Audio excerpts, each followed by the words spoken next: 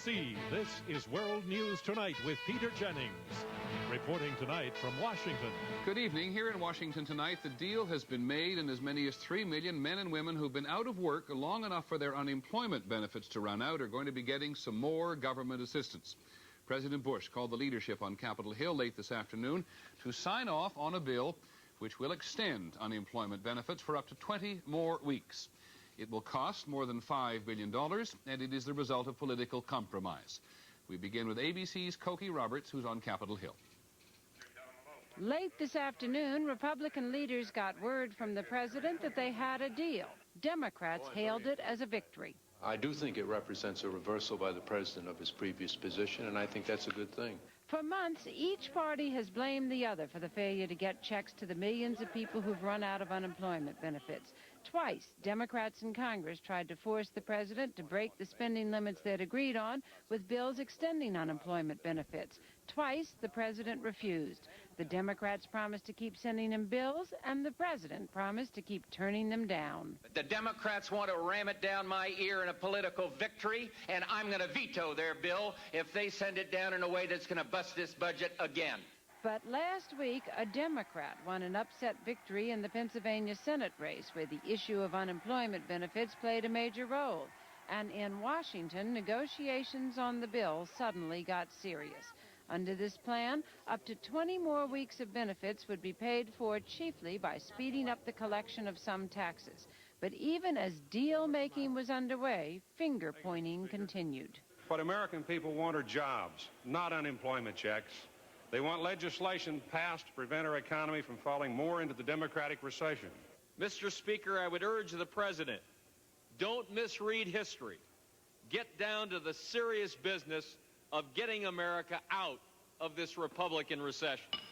Congress is eager to go home for Thanksgiving, having actually done something to help the voters, and this unemployment bill is the easiest thing to do. Other measures popular with the voters, such as tax relief and health care, will be much harder to agree on, and each side will continue to blame the other for failure to act. Cokie Roberts, ABC News, Capitol Hill. Another bone of contention between the White House and Congress. Late this afternoon, the House of Representatives passed a family leave bill. It would require businesses to give employees unpaid time off in cases of family emergencies or for childbirth and child care.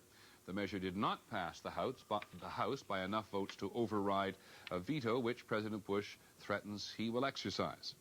While the White House and Congress were working on ways to try to jumpstart the economy today, there was another sign of trouble. Prices at the wholesale level rose 0.7% in October. That is the worst performance in a year, and it was an unpleasant surprise to most economists. Here's ABC's Stephen Ogg. What caused the surprise were big increases in the wholesale price of meats, mainly beef and chicken. The price of electricity, which usually goes down this time of year, did not, and that counted as an increase. Soap and detergent prices rose sharply. So did the price of tires, books, tobacco, and new cars. And because wholesale and retail prices for automobiles are set at the same time, those prices have already hit consumers.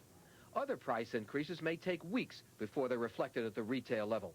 But economic forecasters like Donald Radachak look beyond wholesale prices to make their forecasts, and they find encouraging news in the price of materials used to make consumer goods. If you take a look at what's happening at the intermediate and earlier stages of production, prices are actually falling rather than rising. I don't see this as a beginning of an inflationary surge. In spite of what economists say, the increase likely raised sufficient concern at the Federal Reserve that they're expected to hold off on further interest rate reductions.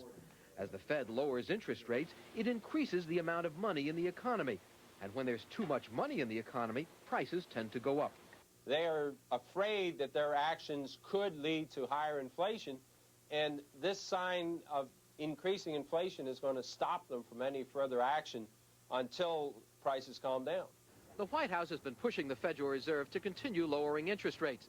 So a wait-and-see approach at the Fed is hardly what the administration wants. Stephen Ogg, ABC News, Washington. On Wall Street today, the Dow Jones Industrial